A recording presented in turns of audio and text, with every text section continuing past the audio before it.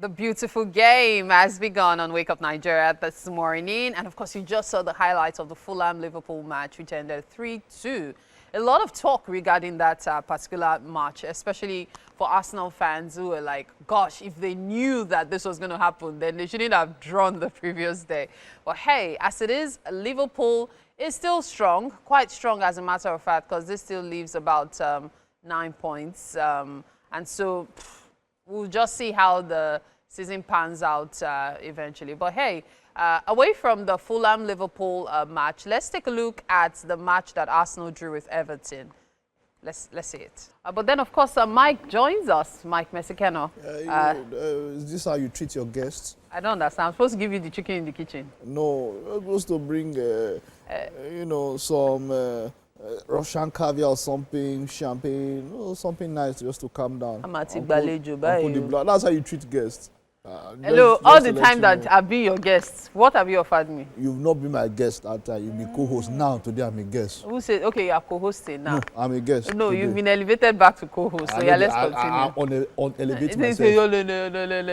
No. He's hoping I will tell him to have some of that fried rice. Mike's mind is on that rice. No, that one is not concerning you. I'm in charge of that one. Okay, so the beautiful game is what we're on. And quite a number of matches over the weekend. And of course, there's also what the Premier League table looks like right now and all. But let's even take it from the two previews we've seen earlier. That's the Fulham-Liverpool, which ended 3-2. And of course, the Arsenal-Everton, which of course is ended up as a draw. There are reasons, of course, we're looking at these two particular matches because the two contenders in quotes took part in those. What are your thoughts? So, yeah, after where Liverpool are expected, of course, to still win the season.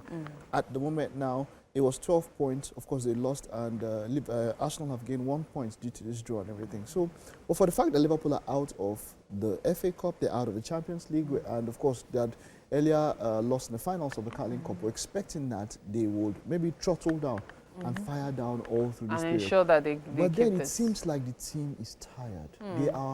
They are burnt out. It's like they have expended everything. Mohamed Salah, in the past month, in fact, some people have attributed to maybe fast of Ramadan. Since the fast started, since March, Mohamed Salah has been a shadow of himself. And it has shown in this Liverpool team. Liverpool took the lead. They scored first, and then they lost against Fulham. And then at some points, they were outplayed. It's not like Fulham is one over special team. The team looks tired. The team looks like they will just stumble to the title. As for Arsenal, that particular match, Everton shouldn't have equalized. That wasn't a penalty. And, you know, that debate has been going on about Miles Lewis Kelly and all over how the young man has been he has picked up 2 red cards, I think, and then he has made some mistakes that left to go. But in that particular match against Everton, I don't know what VAR is doing. I don't know what VAR is doing. That shouldn't have been a penalty. So during that match, they had one eye on Real Madrid. Real Madrid, of course, coming up on Tuesday, just tomorrow. So they had one eye on that particular match. So they didn't start. I mean, Odegaard was on the bench. They didn't start with a few Saka was also on the bench because, of course, they're thinking about Real Madrid. So that match should have been won. But you see, I feel like because of that divided attention, it's going to be hard for maybe Arsenal to cover it. Because if Arsenal had won, we're talking about 9 points now. And maybe with 7 more matches to go, anything could still happen. But it's going to be hard. For the fact that Madrid would act as a distraction in the Champions League, it might be hard for Arsenal to catch up with Liverpool. Now, the thing is this. It's a good thing you mentioned the Madrid angle. We'll probably touch on that. However, Fulham is not... I don't know. For me, I may be wrong, Fulham is not a team you can sweep aside. Oh, definitely. This season, they've been able to pull their own weight. They have. I mean, they're 8th place now. They could even push for a top 4, no doubt. But you see, do you remember Liverpool's form at the beginning of the season? Liverpool topped the Champions League group. They topped the Champions League group with Barcelona coming second. In fact, at one point, before that PSG match, Liverpool were touted to be the best team in Europe. So yes, Fulham are not pushovers, but Liverpool had already set a standard so very high that you would have expected Nobody them would have to expected, win yes. And then that takes me to the Real Madrid angle I wanted to mention because we cannot not touch on it because the match is here already. What is your take? Now, there are people who are saying it is absolutely impossible for Arsenal to get through Real Madrid. Madrid lost to Valencia over the weekend. They lost to Valencia, and that is even with their players playing.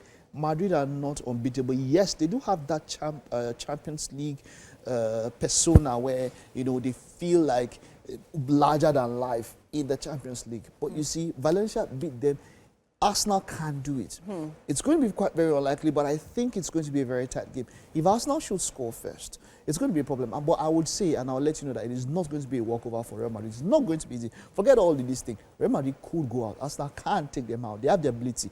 Mikel Arteta really does know how to hold a lead. He knows how to, you know, pack up shop if he takes a lead ahead. So I think that this is not going to be easy for Madrid. I dare say that I agree with you. I was having a conversation with someone about this Arsenal-Real Madrid match.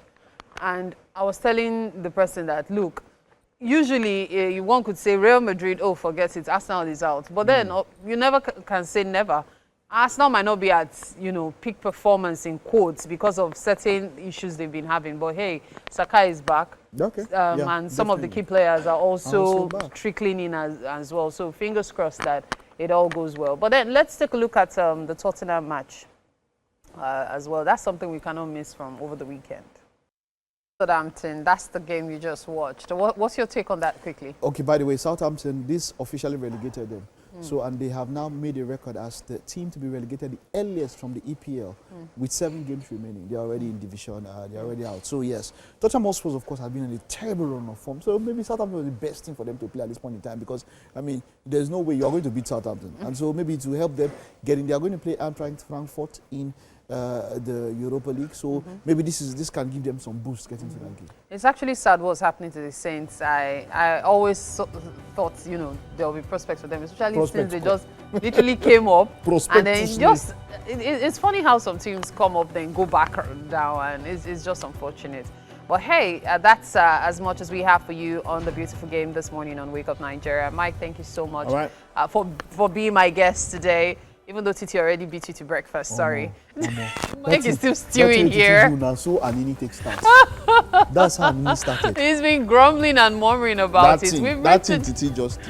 We have reached the top of the hour. Just stay with us. We'll be right back. You're watching Wake Up Nigeria.